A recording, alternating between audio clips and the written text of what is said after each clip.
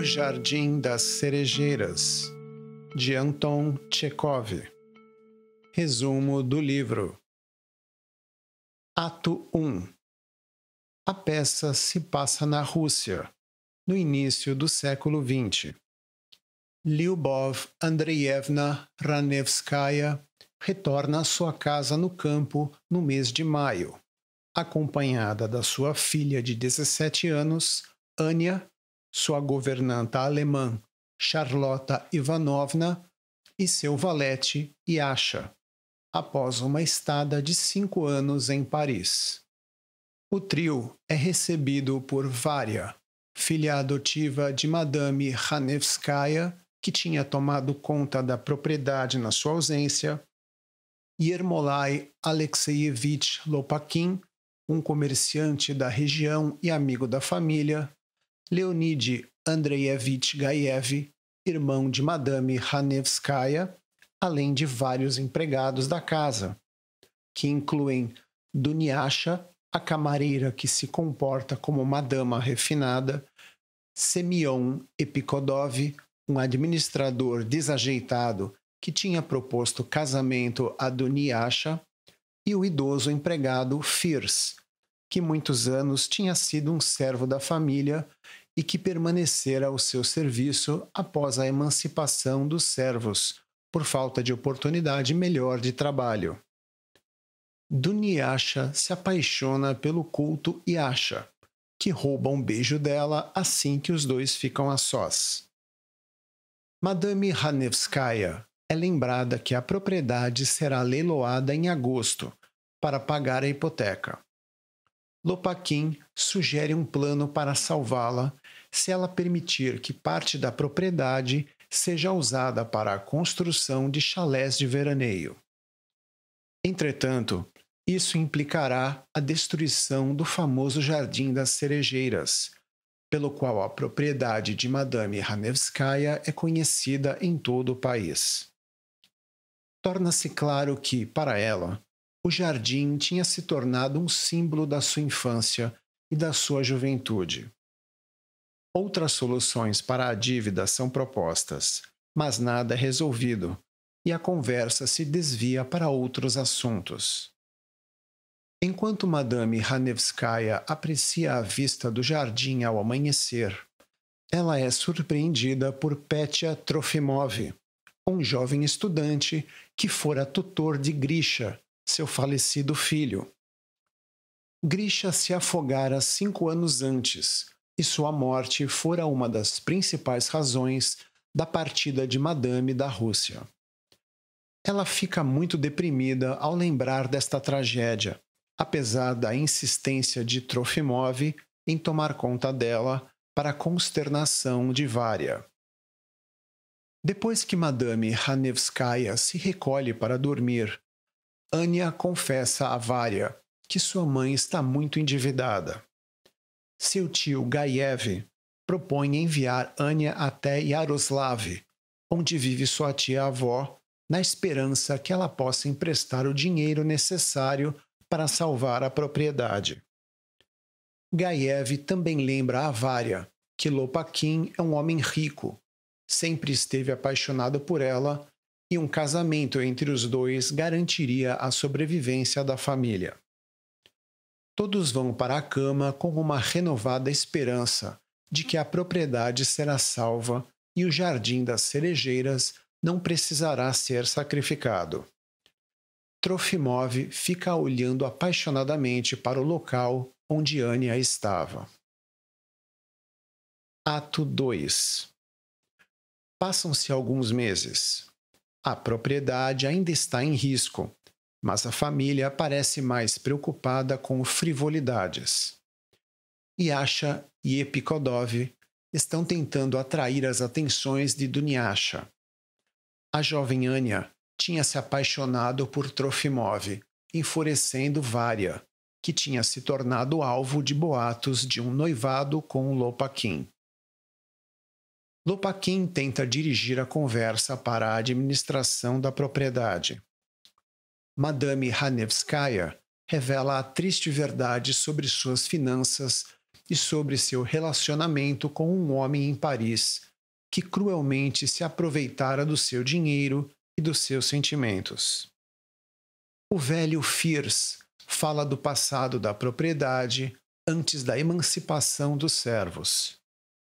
Ouve-se à distância o som de uma banda judaica e Madame Ranevskaya decide dar uma festa, convidando-os para tocar. Quando Trofimov aparece, Lopakin critica o rapaz por ser um eterno estudante. Trofimov declara sua filosofia de trabalho e propósito útil, o que distrai e diverte a todos em volta. Durante a conversa deles, um vagabundo desgrenhado passa por ali e pede dinheiro. Sem pensar, Madame Ranevskaya dá a ele todo o dinheiro que tem à mão, apesar dos protestos de Varia. Abalada pelo incidente, a família sai para jantar com Lopakin insistindo inutilmente que o Jardim das Cerejeiras deveria ser vendido para pagar a dívida.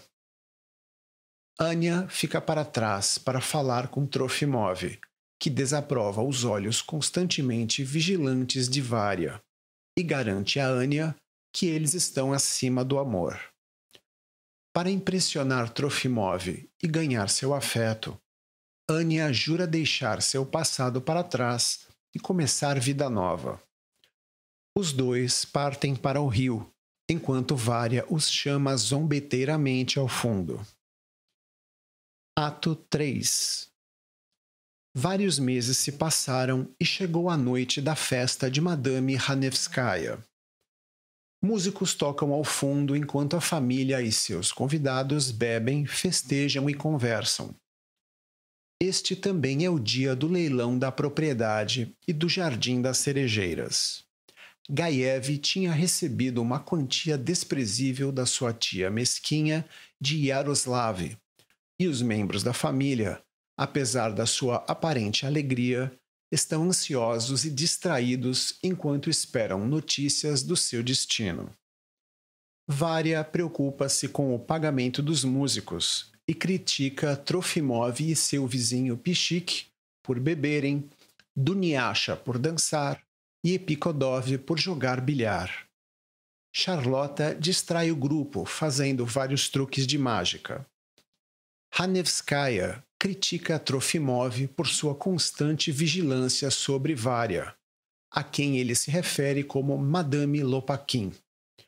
Ela então incentiva Varia a casar com Lopakin, mas Varia reluta, lembrando que é Lopakin quem deve pedi-la em casamento, não o contrário. Ela afirma que, se tivesse dinheiro, se afastaria dele para o mais longe que pudesse. Quando fica a sós com Ranevskaya, Trofimov insiste em que ela deve, finalmente, enfrentar a realidade.